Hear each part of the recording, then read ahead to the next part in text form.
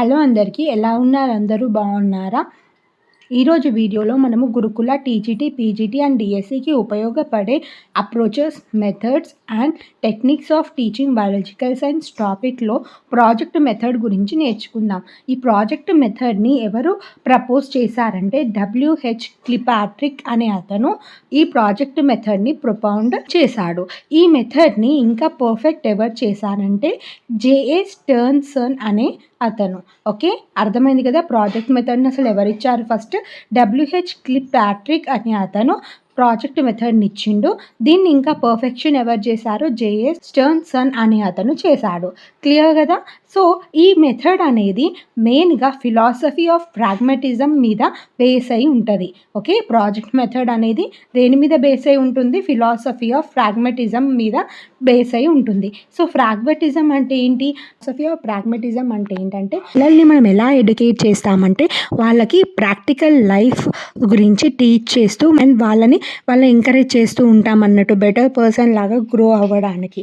Okay, so దీన్నే మనము philosophy of pragmatism అని అంటాము. ప్రాజెక్ట్ మెథడ్ అనేది దేనికి ఇంపార్టెన్స్ని ఇస్తుందంటే ఒక యాక్టివిటీ యొక్క కాంప్రిహెన్సివ్ యూనిట్ని బిల్డ్ చేసుకోవడానికి ఇంపార్టెన్స్ ఇస్తుంది. ఈ యాక్టివిటీ గురించి వాళ్ళు తెలుసుకుంటున్నారు కదా, సో అది స్కూల్లోనైనా జరగవచ్చు, లేకపోతే బయటనైనా జరగవచ్చు. అయింది కదా, ప్రాజెక్ట్ మెథడ్ యాక్టివిటీకి రిలేటెడ్గా ఉన్న కాంప్రిహెన్సివ్ యూనిట్ని బిల్డ్ చేసుకోవడానికి ఇంపార్టెన్స్ని ఇస్తుంది. అండ్ ఇది ఎక్కడ జరుగుతుంది? స్కూల్లోనైనా జరగవచ్చు or outside the school. ఈ మెథడ్లో ఏమవుతుందంటే పిల్లలు యాక్టివిటీని తీసుకుంటారు. ఓకే, సో ఆ స్టూడెంట్స్ గ్రూప్లోనైనా ఉంటారు, లేకపోతే ఇండివిజువల్గానైనా కానీ over a period of time యాక్టివిటీని తీసుకొని దాన్ని పర్ఫామ్ చేస్తారు. ఓకేనా? may include a number of activities and the end product is in the form of written report or a display. So ఈ ప్రాజెక్ట్ మెథడ్లో పిల్లలు యాక్టివిటీని తీసుకొని దాని గురించి వాళ్ళు స్టడీ చేస్తున్నారు కదా, ఆ యాక్టివిటీ గురించి తెలుసుకోవడానికి వాళ్ళు నంబర్ ఆఫ్ యాక్టివిటీస్ని కూడా పర్ఫామ్ చేయాల్సి వస్తుంది. అండ్ ఎండ్ ప్రోడక్ట్ అనేది ఈ మెథడ్లో return report or a display ఫామ్లో ఉంటుంది. అర్థమైందా? ప్రాజెక్ట్ మెథడ్ గురించి మనం ఏమేమి నేర్చుకున్నాం? ప్రాజెక్ట్ మెథడ్ని ఎవరు ప్రపోజ్ చేశారు? WH క్లిపాట్రిక్ అనే అతను ప్రపోజ్ చేశారు. దాన్ని ఎవరు డెవలప్ చేశారు? JA స్టెర్న్సన్ అనే అతను డెవలప్ చేశాడు. అండ్ ఈ మెథడ్ అనేది దేని బేసిస్ మీద ఉంది? ఫిలాసఫీ ఆఫ్ ప్రాగ్మాటిజం మీద బేస్ అయి ఉంది. అండ్ ఈ మెథడ్లో ఏం చేస్తున్నారు? పిల్లలు గ్రూప్లోనైనా కానీ ఇండివిజువల్గానైనా కానీ ఒక యాక్టివిటీని తీసుకొని దాని గురించి స్టడీ చేస్తున్నారు. సో అలా స్టడీ చేస్తున్నప్పుడు వాళ్ళు నంబర్ ఆఫ్ యాక్టివిటీస్ పర్ఫామ్ చేయాల్సి వస్తుంది. అండ్ ఎండ్ ప్రోడక్ట్ అనేది ఎలా ఇస్తారు? పిల్లలు రిటర్న్ రిపోర్ట్ లాగానైనా కానీ డిస్ప్లే ఫామ్లోనైనా కానీ ఇస్తారు. ఓకే, సో ఈ ప్రాజెక్ట్ మెథడ్కి డిఫరెంట్ సైంటిస్ట్ డిఫరెంట్ డెఫినేషన్స్ ఇచ్చారు. అవేంటి అనేది ఇప్పుడు చూద్దాం. ఓకేనా? డాక్టర్ విలియం క్లిపాట్రిక్ అనే అతను ఏమని చెప్పాడంటే wholehearted purposeful activity proceeding in a social environment.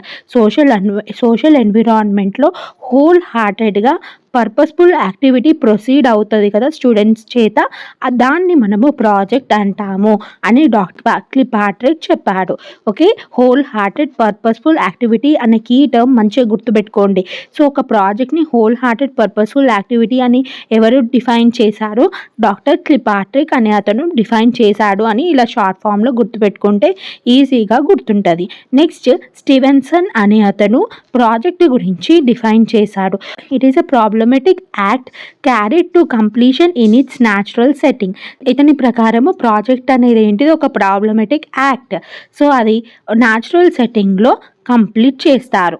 Next Ballard అనే సైంటిస్ట్ ప్రాజెక్ట్ని ఏమని డిఫైన్ చేశాడంటే ప్రాజెక్ట్ అనేది is a bit of real life that has been imported in to school. అంటే ఒక రియల్ లైఫ్ ఇష్యూని తీసుకొని వాళ్ళు స్కూల్లో ఎక్స్ప్లెయిన్ చేశారు అని బలాడ్ ప్రాజెక్ట్ గురించి డిఫైన్ చేశాడు. సో డాక్టర్ క్లిపాట్రిక్ ప్రాజెక్ట్ గురించి డిఫైన్ చేసిన దాంట్లో కీ టర్మ్ ఏంటి? Whole hearted purposeful activity. Project గురించి ఉన్న డెఫినేషన్లో హోల్ హార్టెడ్ పర్పస్ఫుల్ యాక్టివిటీ ఉంది అంటే అది డాక్టర్ విలియం క్లిపాట్రిక్ ఇచ్చాడు అని గుర్తుపెట్టుకోవాలి. నెక్స్ట్ స్టీవెన్సన్ ప్రాజెక్ట్ని ప్రాబ్లమెటిక్ యాక్ట్ అన్నాడు అని గుర్తుపెట్టుకోండి. అండ్ బలాడ్ ఏమన్నాడంటే రియల్ లైఫ్కి రిలేట్ చేశాడు అని గుర్తుపెట్టుకోండి.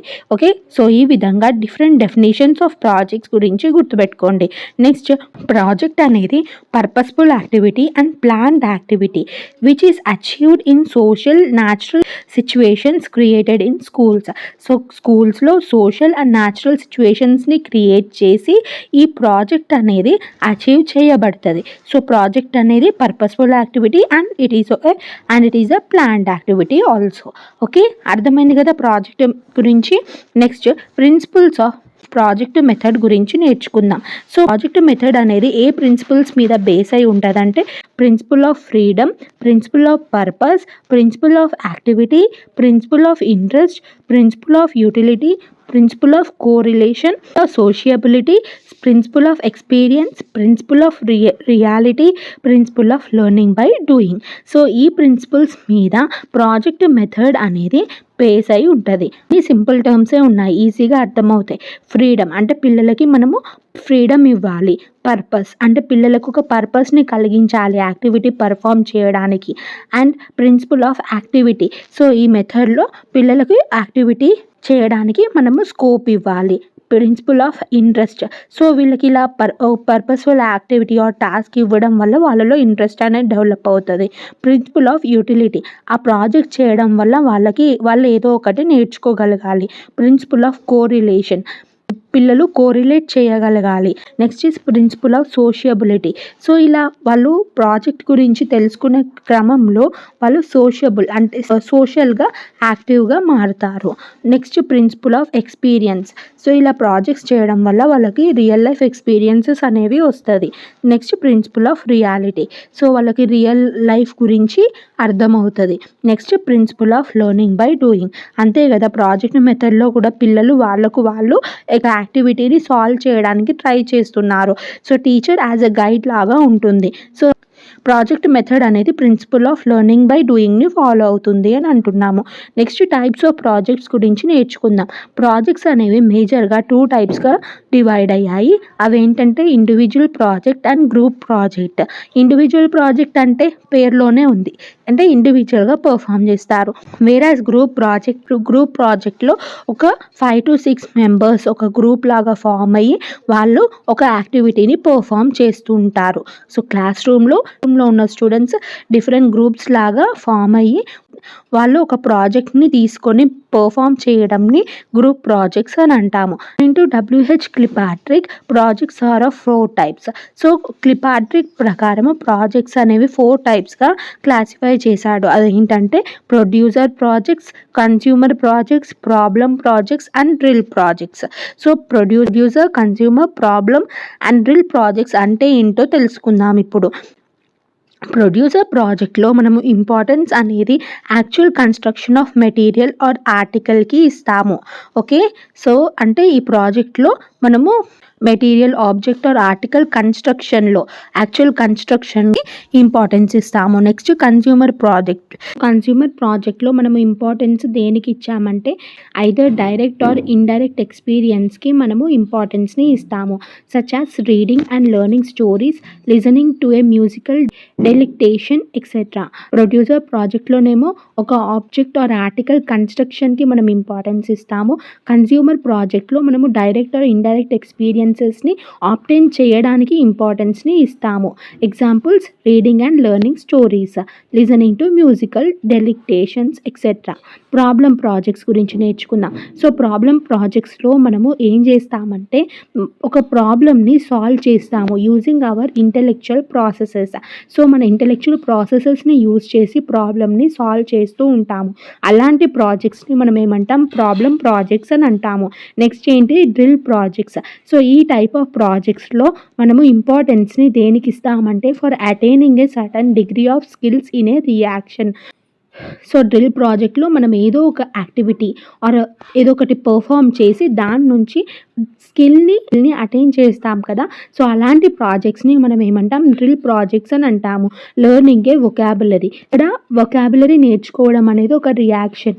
వొకాబులరీ నేర్చుకోవడం వల్ల వాళ్ళలో స్కిల్ అనేది అటైన్ అవుతుంది. ఇలాంటి ప్రాజెక్ట్స్ని మనము డ్రిల్ ప్రాజెక్ట్స్ అని అంటాము.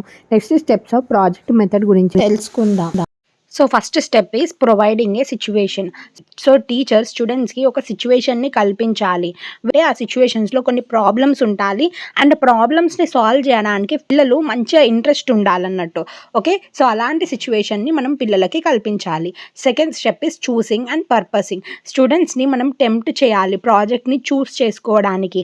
At the same time teachers to stimulate discussion by suggestion. పిల్లలు ప్రాజెక్ట్ని సెలెక్ట్ చేసుకుంటున్నారు కదా, సో టీచర్ ఏం చేయాలంటే అప్పుడు స్టూడెంట్స్ని స్టిమ్యులేట్ చేయాలి. ఒక డిస్కషన్లో పెట్టి ఒక సజెషన్స్ని ఇస్తూ ఉండాలి. So while choosing the project the teacher should bear in need that it should be of real need to the students.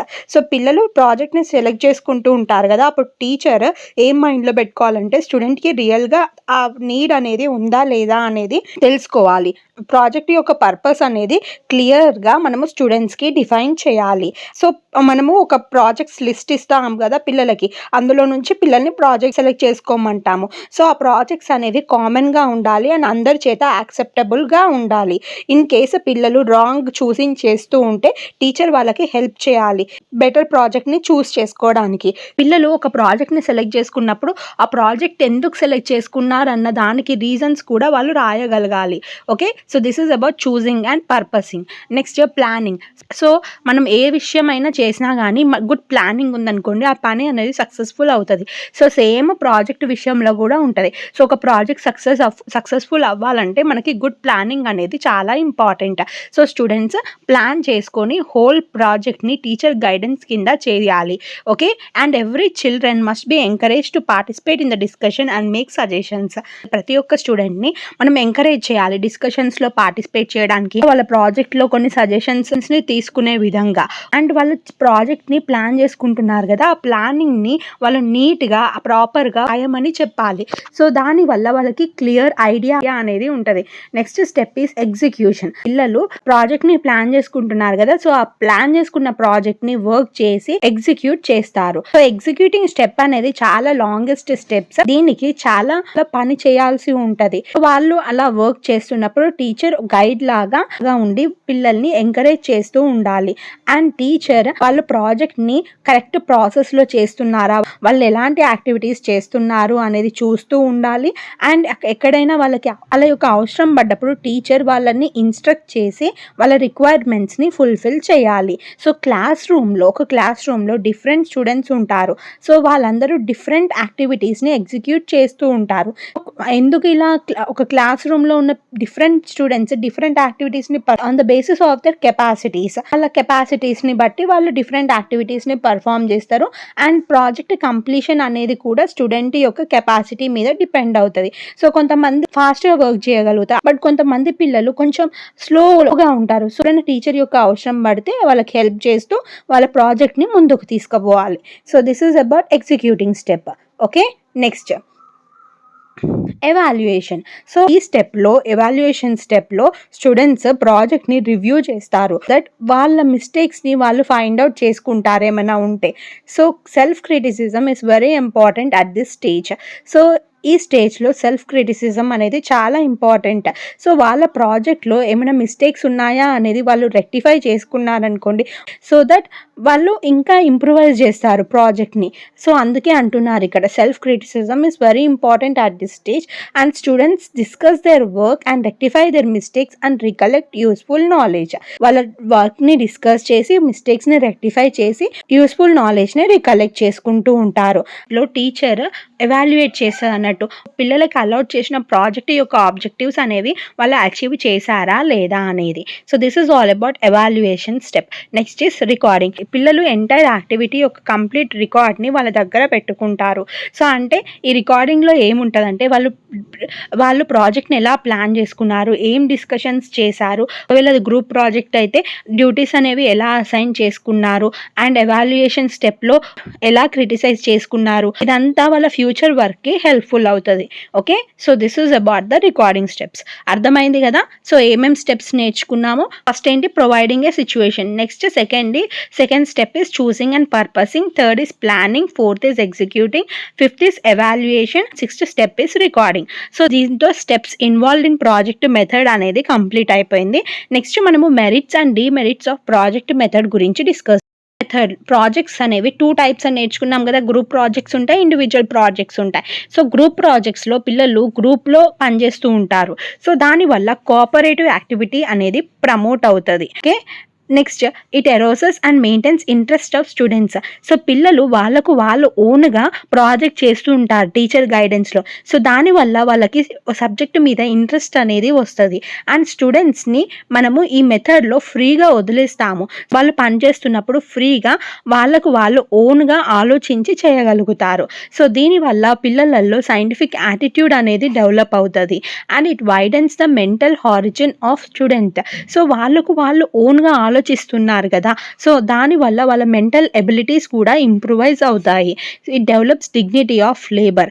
So ఇది డిగ్నిటీ ఆఫ్ లేబర్ని అంటే ఒక్కరిని రెస్పెక్ట్ చేయడం అనేది డెవలప్ అవుతుంది.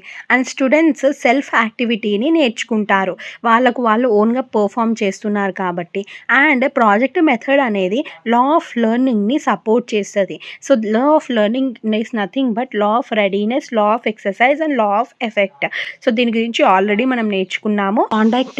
థార్న్డైక్ థియరీలో నేర్చుకున్నాము. లా ఆఫ్ రెడీనెస్ అంటే ఏంటి? సో స్టూడెంట్స్ నేర్చుకోవాలన్న విల్ ఉన్నప్పుడే వాళ్ళు నేర్చుకుంటారు.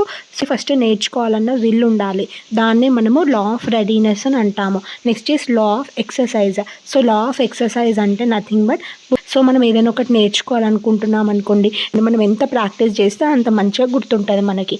Next is law of effect. So ఇప్పుడు మనం ఏదైనా ఒక పనిని చేసినాం అండ్ మంచి రిజల్ట్ వచ్చింది అనుకోండి, సో ఆ మోటివేషన్ తోటి మళ్ళీ మనం ఆ పనిని చేయాలనుకుంటాం కదా. So that is nothing but law of effect. So ఈ law of readiness, law of exercise and law of effect గురించి ఇన్ డీటెయిల్డ్గా మనం థార్న్డైక్ థియరీలో నేర్చుకున్నాము.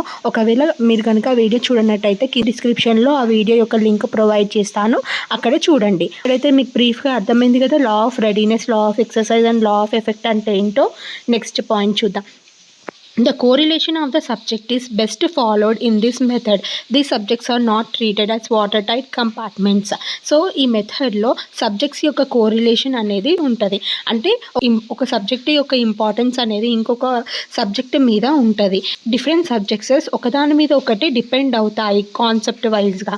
This is a psychological method. ఈ ప్రాజెక్ట్ మెథడ్ అనేది psychological method. So these are about the merits of project method. Next మనము demerits of project method గురించి నేర్చుకుందాం. So ఈ project method through knowledge acquire అవుతుంది కదా, అది సీక్వెన్షియల్ మేనర్లో అక్వైర్ అవ్వదు. And there may be a chance of overlapping of subject matters.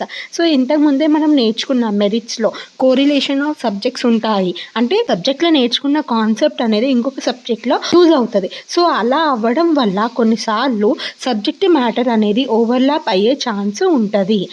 ఒకవేళ ఈ ప్రాజెక్ట్ మెథడ్ని మనం సరిగ్గా ప్లాన్ అండ్ ఎగ్జిక్యూట్ చేయలేదనుకోండి, ఈ ప్రాజెక్ట్ మెథడ్ అనేది చాలా టైంని కన్జ్యూమ్ చేస్తుంది. ఓకే, సో చాలా టైంని కన్జ్యూమ్ చేస్తుంది. సో ఈ ప్రాజెక్ట్ మెథడ్ అనేది time consuming process. So project method అనేది కాస్ట్లీగా కూడా ఉంటుంది. So depending upon the themes or things, there may be the over development of individualism and under development of cooperation and group responsibility. So ఈ project మెథడ్లో మనము ప్రతి ఒక్క పిల్లవాడికి ఒక్కొక్క ప్రాజెక్ట్ ఇస్తాం. సమ్టైమ్స్ గ్రూప్లో ఇస్తున్నాం. సో అలా గ్రూప్లో ఇవ్వడం వల్ల కోఆపరేటివ్ యాక్టివిటీ అని పెరుగుతుంది. బట్ ఎప్పుడైతే మనం ప్రాజెక్ట్ని ఇండివిజువల్గా ఇచ్చామనుకోండి, అప్పుడు ఇండివిజువలిజం అనేది డెవలప్ అవుతుంది అండ్ అక్కడ కోఆపరేషన్ అండ్ గ్రూప్ రెస్పాన్సిబిలిటీస్ అనేది అండర్ డెవలప్డ్గా ఉండిపోతాయి. So this is one more disadvantage of project method. ఇప్పుడు మనం కనుక టాపిక్ని రాంగ్గా సెలెక్ట్ చేసుకున్నాం అనుకోండి, అప్పుడు ఏమవుతుంది, ఆ ప్రాజెక్ట్ యొక్క ఆబ్జెక్టివ్స్ కూడా రాంగ్గా అచీవ్ అవుతాయి కదా. అప్పుడు మనం అచీవ్ చేయాలనుకుంటున్న ఆబ్జెక్టివ్స్ అనేది కూడా అచీవ్ అవ్వవు. So this is another demerit of project method. So project method అనేది సూపర్ఫిషియల్ నాలెడ్జ్ ఇస్తుంది పిల్లలకి చాలా థింగ్స్ గురించి. ఆల్ టైప్స్ ఆఫ్ స్టూడెంట్స్కి ఈ మెథడ్ అనేది సూటబుల్గా ఉండదు. This method is not suitable for mature teacher. Mature టీచర్కి ప్రాజెక్ట్ మెథడ్ అనేది సూటబుల్గా ఉండదు. ఎందుకంటే వాళ్ళ అండర్స్టాండింగ్ లెవెల్స్ అనేవి ఎక్కువగా ఉంటాయి. సైన్స్ యొక్క హోల్ సిలబస్ని మనం ఈ ప్రాజెక్ట్ మెథడ్ త్రూ కంప్లీట్ చేయలేము, ఎస్పెషలీ హయ్యర్ క్లాస్ పిల్లలకి. అర్థమైందా? So these are some of the demerits of project method. I hope this video is clear to you. Scientific method కి సంబంధించిన వీడియో యొక్క లింక్ నేను కింద డిస్క్రిప్షన్లో ప్రొవైడ్ చేస్తాను. ఒకవేళ చూడనట్టయితే చూడండి. ఇదో approaches methods and techniques of teaching biological science topic అనేది ఫినిష్ అయిపోయింది. నెక్స్ట్ మనము ప్లానింగ్ గురించి నేర్చుకుందాం. ఓకేనా? So this is all about today's video. ఈ వీడియో కనుక మీకు నచ్చినట్లయితే తప్పకుండా వీడియోని లైక్ చేయండి అండ్ ఛానల్ని సబ్స్క్రైబ్ చేసుకోండి. Thank you so much for watching this video. Let's meet in the next video. Until then, bye.